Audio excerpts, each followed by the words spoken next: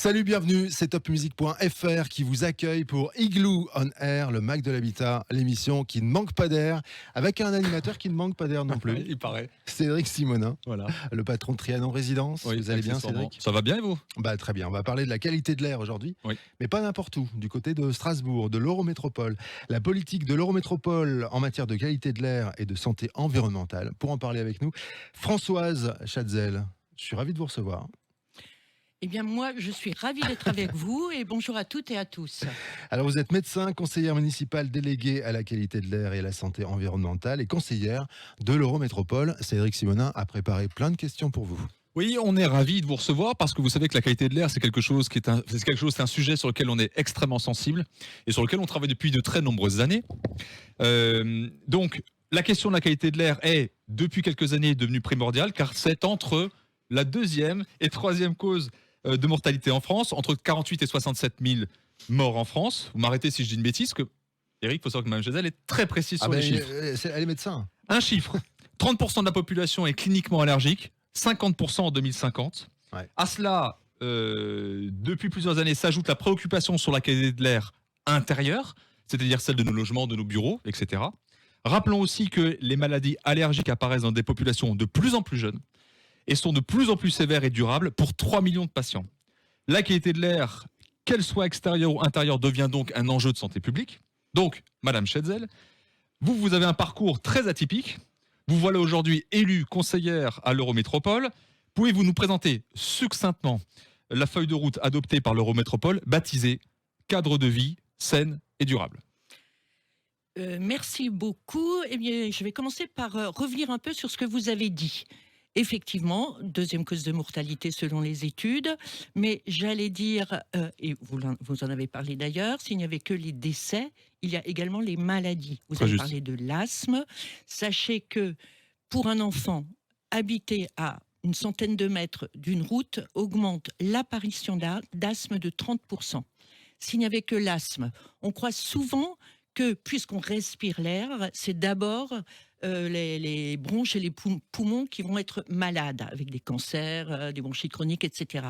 Eh bien non, c'est faux. C'est d'abord le système cardiovasculaire, pour le dire de façon plus simple, des infarctus par exemple, et notamment des accidents vasculaires cérébraux chez les jeunes. Ce qui me touche beaucoup en tant que médecin, c'est que le fœtus dans le ventre de sa mère est déjà atteint par la pollution atmosphérique, avec des gamins plus fragiles qui vont naître.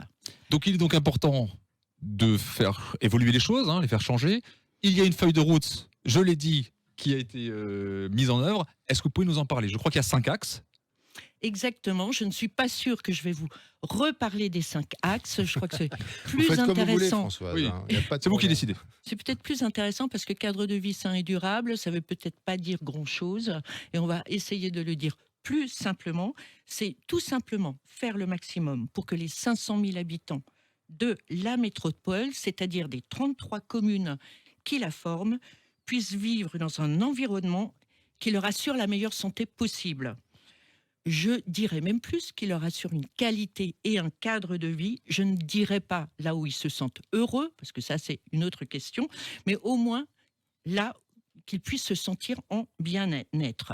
Vous l'avez dit, je suis médecin et je supporte de plus en plus mal des gamins qui font des crises d'asthme, des gamins qui se grattent au sang parce qu'il y a des punaises de lit dont on n'arrive pas à se débarrasser, des gamins qui sont trop gros, qui vont faire des diabètes et plein d'autres types de maladies parce qu'ils ont une alimentation déséquilibrée, ou aussi parce qu'ils sont imbibés de perturbateurs endocriniens à cause des plastiques lorsqu'on achète certaines alimentations dans des magasins.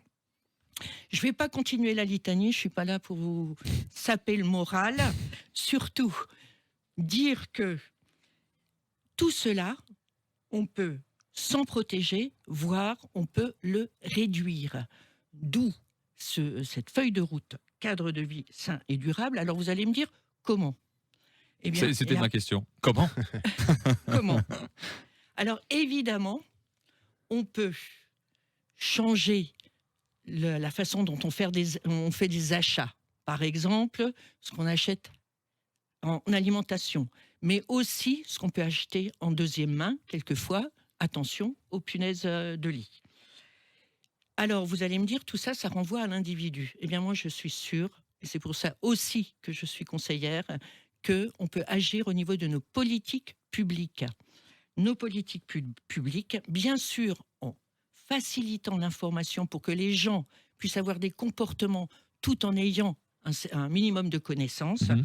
mais aussi, par exemple, dans les cantines scolaires, pour qu'il y ait plus de bio, donc moins de pesticides, moins de perturbateurs endocriniens, des repas plus équilibrés, ou en faisant en sorte que l'air soit moins pollué À l'intérieur et à l'extérieur. à l'intérieur et à l'extérieur. C'est donc ça, la feuille de route, cadre de vie sain et durable, des actions ciblées, par exemple les punaises de lit, par Mmh. exemple des matériaux, on y fait attention, qui soient de bonne qualité lorsqu'on construit, Oui, sans COV, sans composés organiques volatiles, par exemple. exactement, Hmm.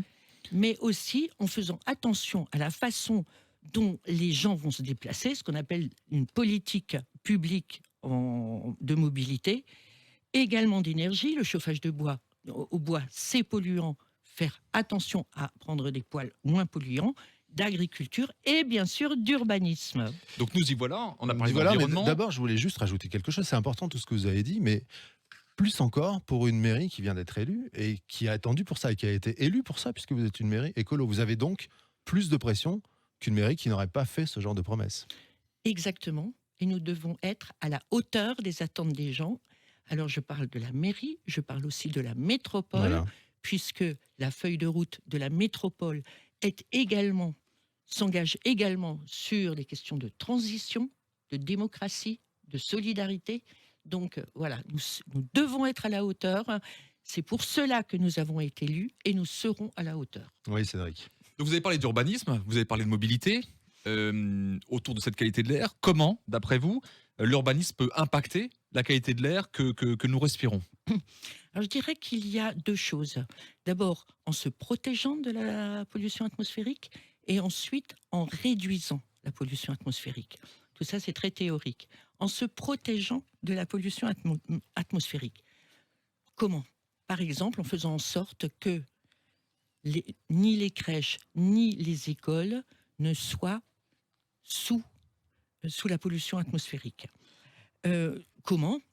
En protégeant crèches, écoles, etc., des routes par exemple, de la végétalisation, mais encore mieux, par des bâtiments qui sont plus hauts que la cour de récréation et l'école, Pour jouer le rôle d'écran, pour jouer le rôle d'écran. d'accord?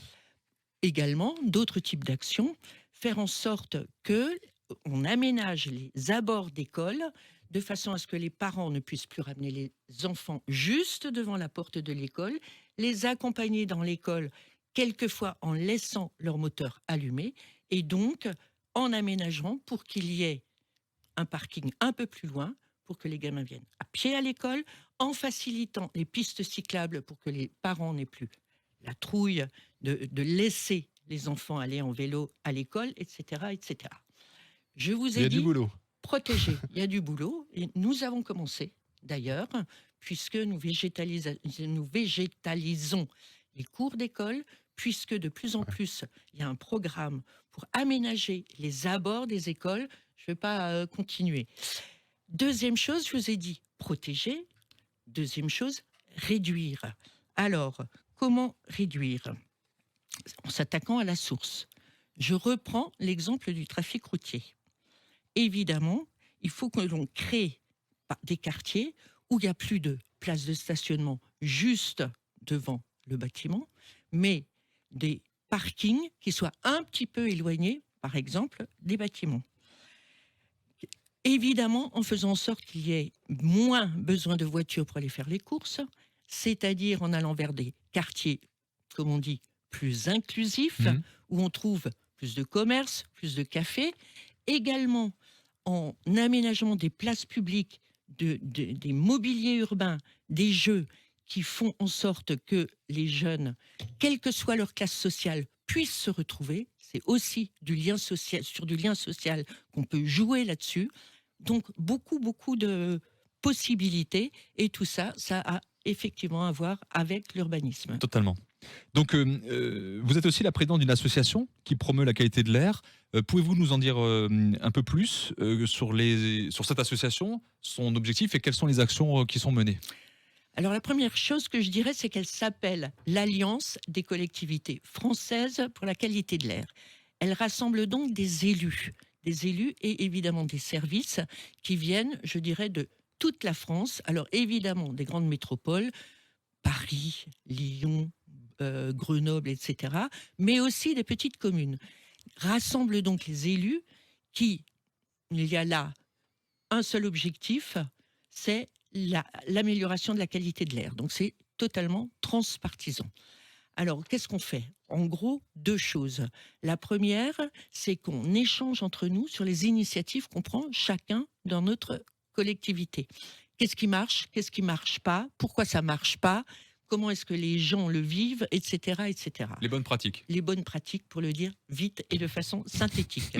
Et la deuxième chose, c'est pour contribuer, voire influencer la politique nationale de la qualité de l'air. On peut donc être en relation avec des députés, faire des lettres ouvertes au gouvernement, proposer des amendements lors de la discussion de projets de loi. Donc, beaucoup de choses, on est très actifs et pour nos auditeurs, eh bien, je dirais, rejoignez-nous, allez voir le site de l'Alliance des collectivités françaises pour la qualité de l'air. On va y aller tout de suite. J'ai encore une question. Ouais, On a mais encore un peu de rapidement temps parce que son temps de. Il est largement dépassé. Oui, donc Elle nous avait elle a prévenu, consommé elle a dit- trop d'énergie. là. Elle a dit je suis très bavarde. C'est vrai. C'est vrai, c'est vrai. Allez, en conclusion, une dernière question. Par contre, vous avez 15 secondes pour y répondre. Hein. Je fais attention, hein. Je surveille. On dit de vous que vous aimez faire bouger les lignes. Si vous aviez une baguette magique, vous feriez quoi? Eh bien, 15 secondes. Hein. je dirais, imaginons d'aller vers des futurs heureux. On est quand même dans une situation actuelle qui est assez préoccupante. Eh bien, peut-on encore rêver? Je dis que oui. Qu'est-ce que ça veut dire, aller vers des futurs heureux? Je vous ai donné des exemples en urbanisme. Puisque vous me demandez d'être rapide, je n'en dirai pas plus. Ce dont je suis sûr, c'est qu'il y a une intelligence collective. Faisons-la travailler, réalisons les propositions qui en sortent. C'est ça mon rêve et je suis sûr que ce rêve peut devenir réalité. Merci d'être venu dans cette émission qui donne des douches froides, mais en restant optimiste. Voilà. C'est formidable. C'est ça. Merci beaucoup à tous les deux. Merci Eric. Merci beaucoup Merci à François vous. Chatzel. Et puis on reparlera de tout ça parce que vous reviendrez bien sûr. Ça sera un plaisir. On verra bien. On la réinvitera, Cédric, c'est sûr. Bah, si elle a pris du plaisir, on la répétera avec plaisir. Beaucoup de plaisir. Cette émission, comme toutes les autres, est à revoir sur notamment le site de Trianon Résidence, trianonresidence.fr et puis sur les plateformes de podcast, topmusic.fr évidemment, YouTube. YouTube évidemment, Facebook. C'était Igloo sur topmusic.fr. Salut.